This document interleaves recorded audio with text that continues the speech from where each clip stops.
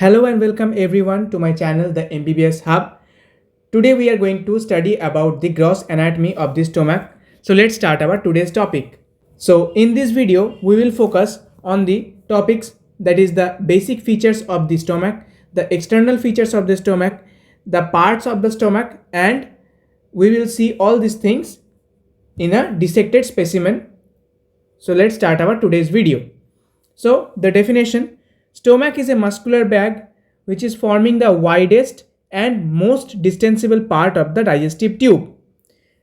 Now the connection: the stomach is connected above the lower end of the esophagus and below to the duodenum. Means in the above it is connected to the lower end of the esophagus, and in the below it is connected to the duodenum. Stomach acts as a reservoir of food and helps in digestion.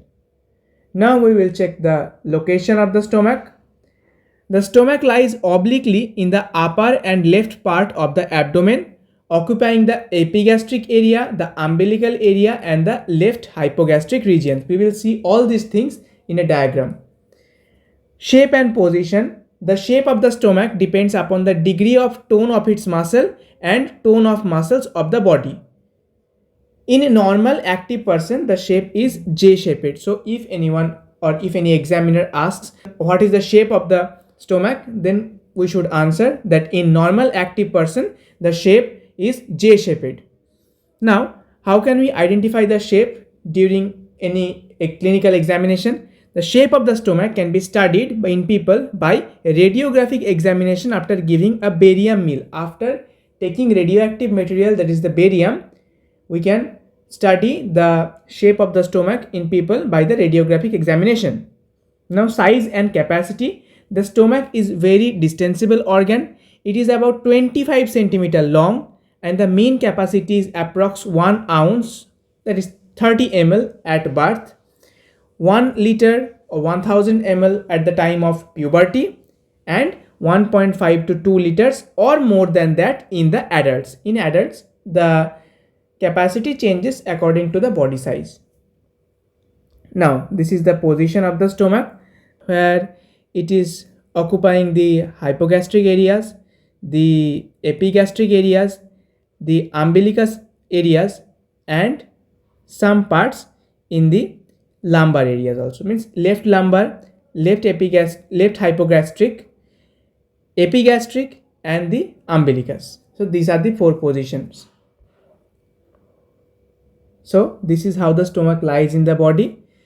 The first part, it's covered by the liver, then this is the second part, and this is the third part of the stomach. This is the first part which is covered by the liver anteriorly. Liver is in the anterior of the stomach.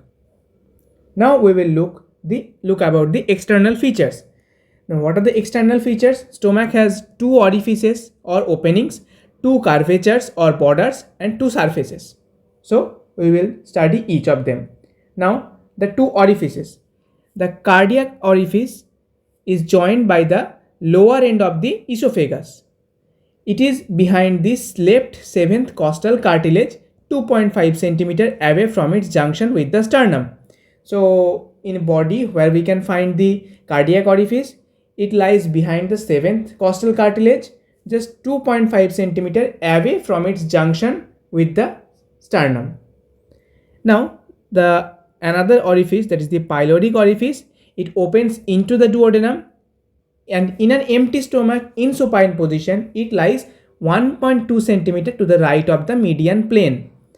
1.2 centimeter at the right of the median plane, we can find the pyloric orifice, but the condition is empty stomach and in supine position at the level of lower border of L1 vertebra, or we can also call this as the transpyloric plane. So what is the level of the transpyloric plane? The level of transpyloric plane is the lower border of L1 vertebra. Its position is indicated on the surface of stomach by a circular groove which feels like a firm nodule. Now what is the reason of this feeling like a firm nodule? The feeling is due to the pyloric sphincter, which is present in the pyloric orifice, and also the pre-pyloric vein of Mayo that lies in front of the constriction. We can find this pre-pyloric vein of Mayo in living organisms. or living persons. Now we will study about the two curvatures. There are two curvatures, one is the lesser curvature and another one is the greater curvature. Now the lesser curvature is concave and forms the right border of the stomach. It provides attachment to the lesser omentum. It is most dependent part. The most dependent part of this curvature is marked by an angular notch or the incisura angularis. So what are the things we have to remember or we have to study about the lesser curvature? Now the lesser curvature is concave. It forms the right border of the stomach. It provides the attachment to the lesser omentum and it is marked by the angular notch or also known as the incisura angularis. Now about the greater curvature. Greater curvature is convex. It forms the left border of the stomach. It provides attachment to the greater omentum, the gastrosplenic ligament and the gastrophrenic ligament. Now what is this gastrosplenic ligament? It's ligament between the stomach and the spleen, and the gastrophrenic ligament is the ligament between the stomach and the diaphragm. At the upper end, the greater curvature presents the cardiac notch that separates it from the esophagus. So what we have to remember about the greater curvature? Number one, it is convex. Then it forms the left border of the stomach. It provides attachment to the greater omentum and the gastrosplenic ligament with the gastrophrenic ligaments. Here we have to remember these two ligaments also. And at the upper end, the greater curvature presents a cardiac notch that separates it from the esophagus. Now we will study about the two surfaces. There are two surfaces, the anterior or the anterosuperior surface which faces forwards and upwards, and the posterior or posterior-inferior surface that faces backwards and downwards. Now we will study about the parts of the stomach. What are the parts of the stomach? The stomach is divided into four parts: the fundus, the body, the pyloric antrum and the pyloric canal. The fundus of the stomach is the upper convex dome shaped part that is situated above the horizontal line that is drawn at the level of cardiac orifice. We will see everything in the dissected specimen after studying this.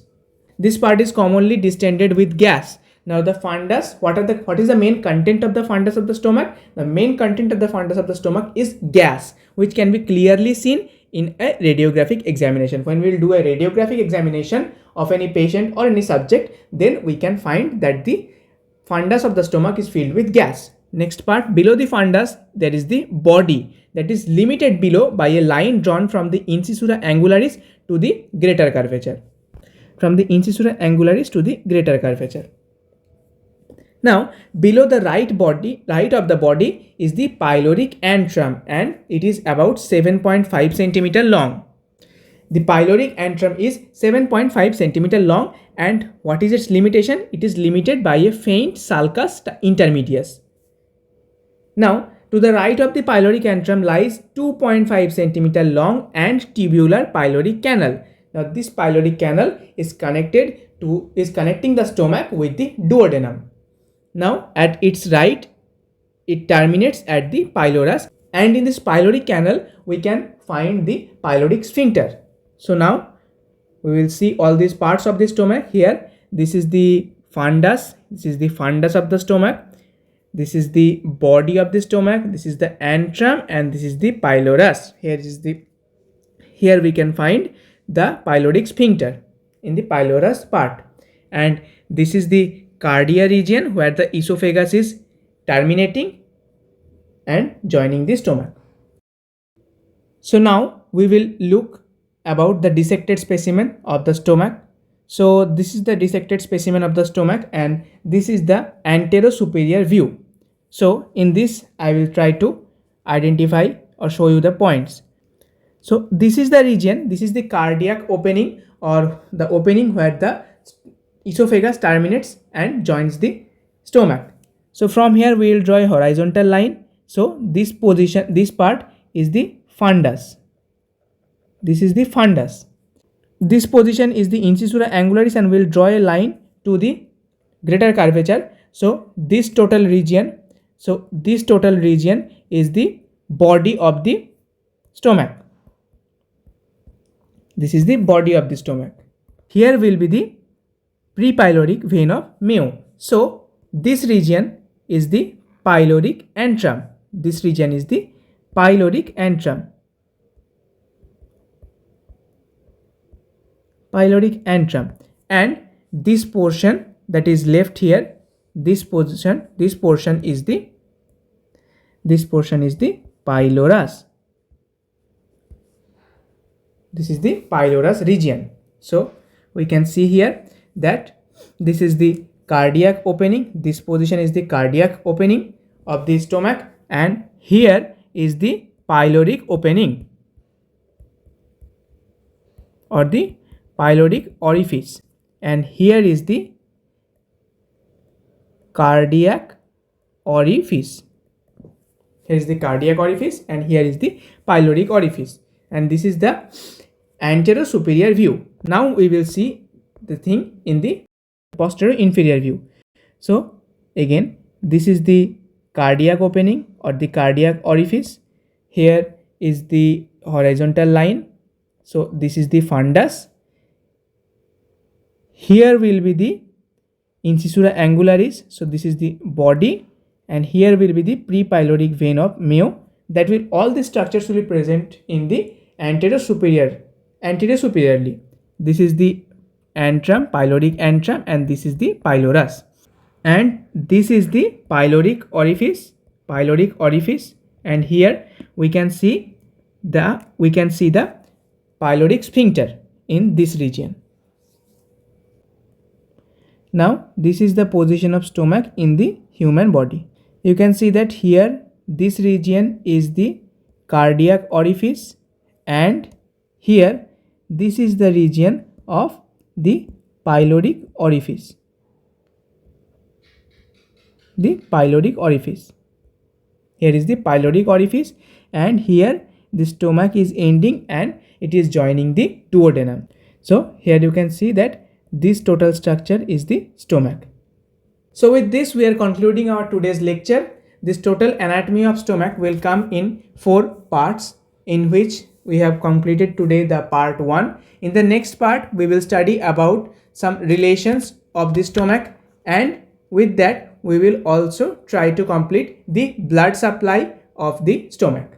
Hope you people have found the video informative. Please like the video, subscribe the channel, and share this video among your all medico friends so that they can also get benefited from this. Thank you. See you in next video.